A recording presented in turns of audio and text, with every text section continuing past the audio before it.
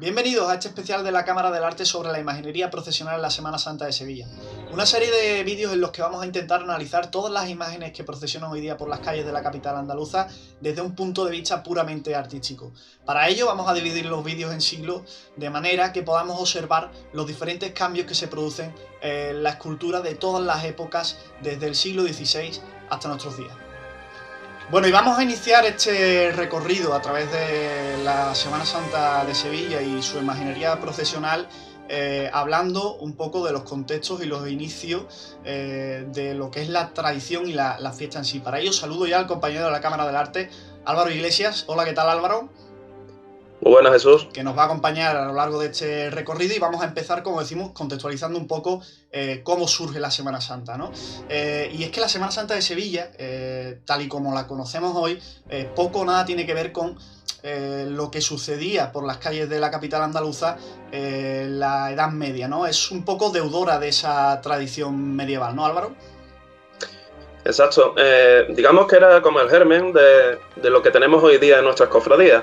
En un inicio, en esa etapa medieval, estas procesiones derogativas, estos actos penitenciales, los Vía Crucis en sí se realizaban, por ejemplo, hoy tenemos el templete de la Cruz del Campo, pero en torno a la ciudad teníamos dispersos otros templetes a los que acudían estas cofradías a realizar sus actos. Todo esto se rompe, o sea, se pega un salto evolutivo, digamos, con la creación de la que conocemos hoy día como Casa de Pilato, de manos de Catalina de Rivera y su marido Enrique de Quiñones, de los marqueses de la Casa de Alcalá. Entonces vemos como su hijo, Fadrique, que viaja a Jerusalén, para viajar a Jerusalén tenía que parar en Italia. Y allí conoce el Renacimiento, el origen del Renacimiento italiano. Y todos esos conceptos los trae aquí para la creación de la actual Casa de Pilato.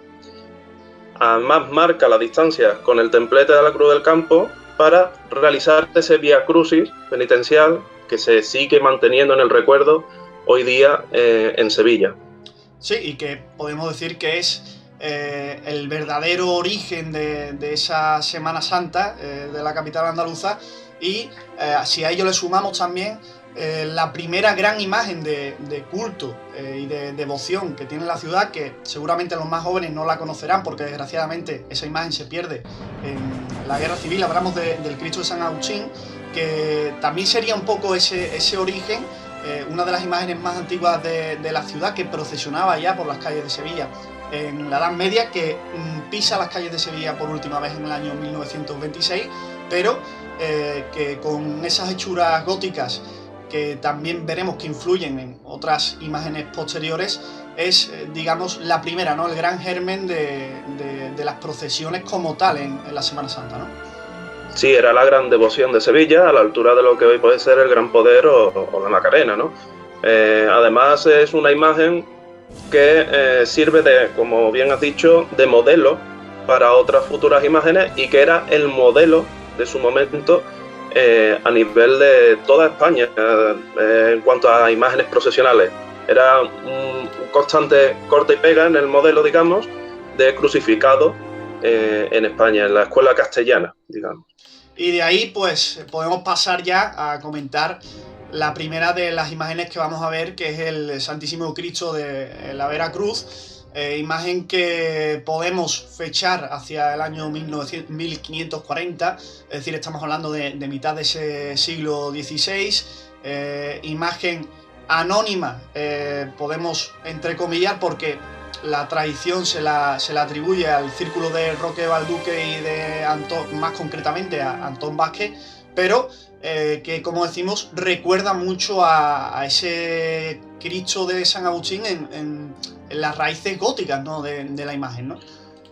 Bebe en el modelo gótico, pero es verdad que ya el Cristo de Veracruz empieza a desprender otros intereses que beben ya más de ese renacimiento que empieza a llegar desde Italia. Está bien atribuido, digamos, al círculo de Roque Balduque, especialmente a Antón Vázquez, como dices. Antón Vázquez, que trabaja, por ejemplo, en la realización del Cristo de la Veracruz en Arcos de la Frontera, que tiene grandes similitudes con el Cristo de Sevilla. Por tanto, se puede vincular a un Roque Balduque, a una escuela de Roque Balduque, que trabajan mucho en Sevilla.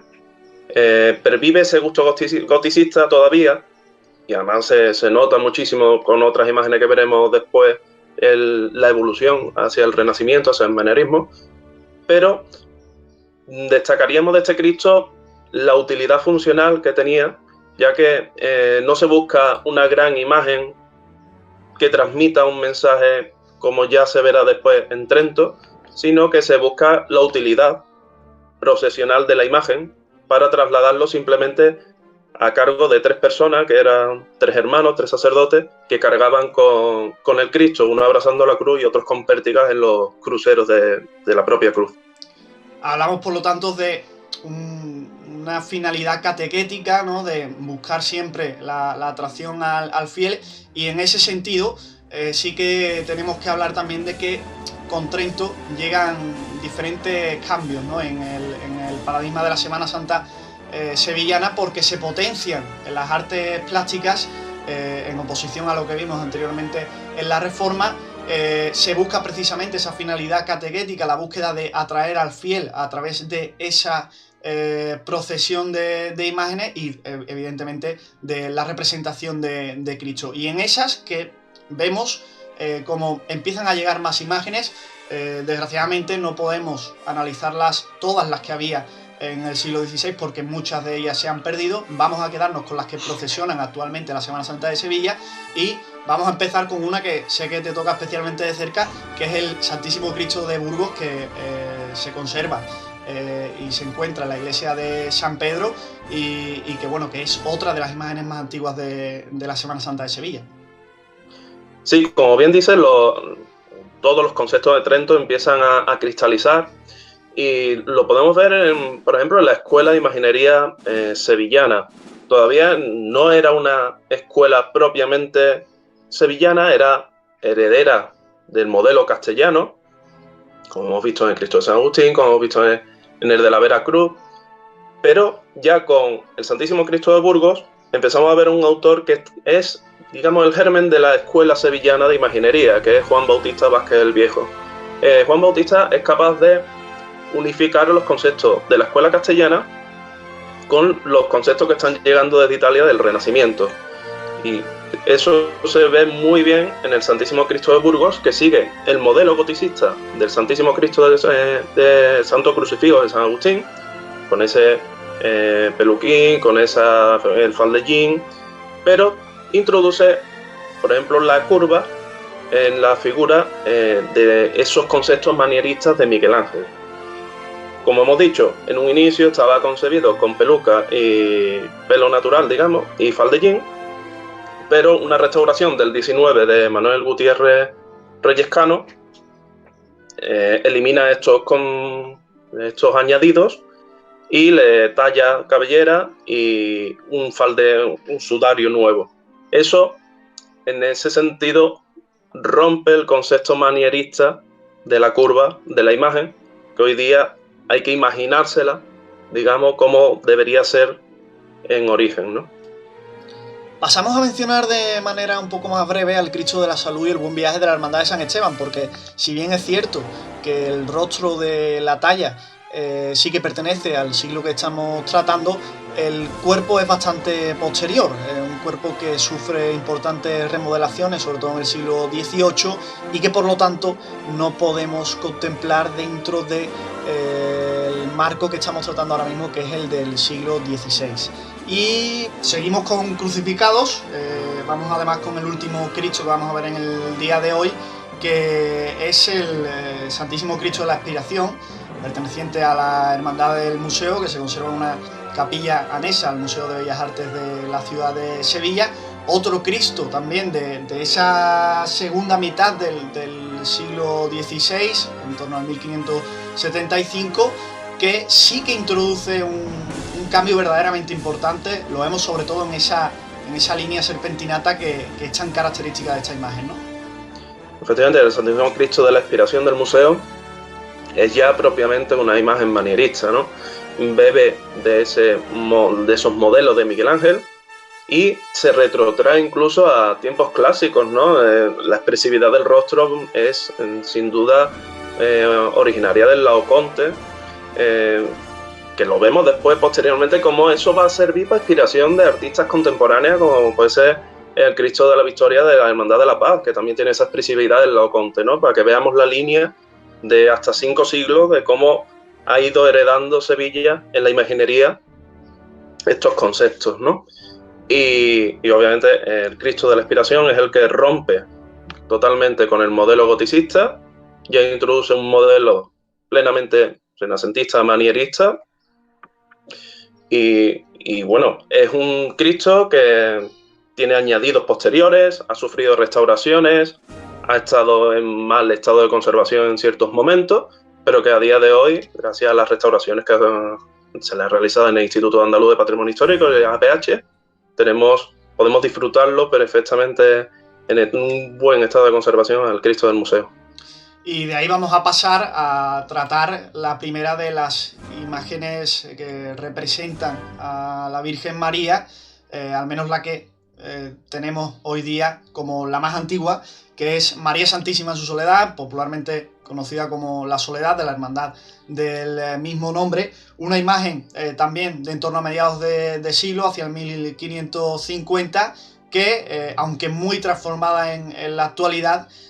sí que servirá de modelo para todo lo que vendrá posteriormente, ¿no? Sí, la imagen de la Soledad de San Lorenzo es una de las imágenes que, digamos, hereda todavía un cierto sabor arcaico, por su rostro hierático, esa expresión frontal, digamos, pero ha sido una imagen que ya cuenta con esos postulados italianos. Ha sido una imagen mutilada, ya que ha sido adaptada, mutilada en el sentido de que ha sido adaptada para ser una imagen de candelero. Una imagen que cuenta con párpados caídos, con un cuello de tambor, con las manos conocidas como de tenedor, pero que ya empieza a sentar el modelo de dolorosa que se buscaba en Sevilla. Y de ahí pasaríamos a la última imagen que vamos a analizar en el día de hoy, otra talla, en este caso de Virgen, María Santísima del Rosario de la Hermandad de Montesión, que es una talla también anónima, con una autoría bastante discutida, ejecutada en torno al año 1570, a finales, podríamos decir en el último tercio del siglo para no pillarnos los dedos, y que digamos que sí que da un paso más, ¿no?, en ese modelo de dolorosa sevillana que, como decimos, veremos posteriormente de una forma mucho más desarrollada, ¿no? Sí, este es uno de los problemas de que no tengamos documentación veraz que nos permita datar algunas de nuestras imágenes, y hay una constante discusión entre la anterior imagen, la de la Soledad de San Lorenzo, y la de la Virgen del Rosario de Montesión, por ver cuál es la dolorosa más antigua de la Semana Santa de Sevilla. Sin duda es más o menos del mismo periodo, tiene que ser entre 1570 y 1600.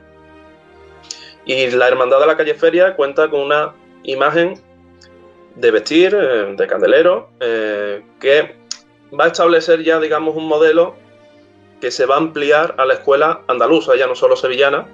de esa Virgen con una actitud de recogimiento, introspectiva,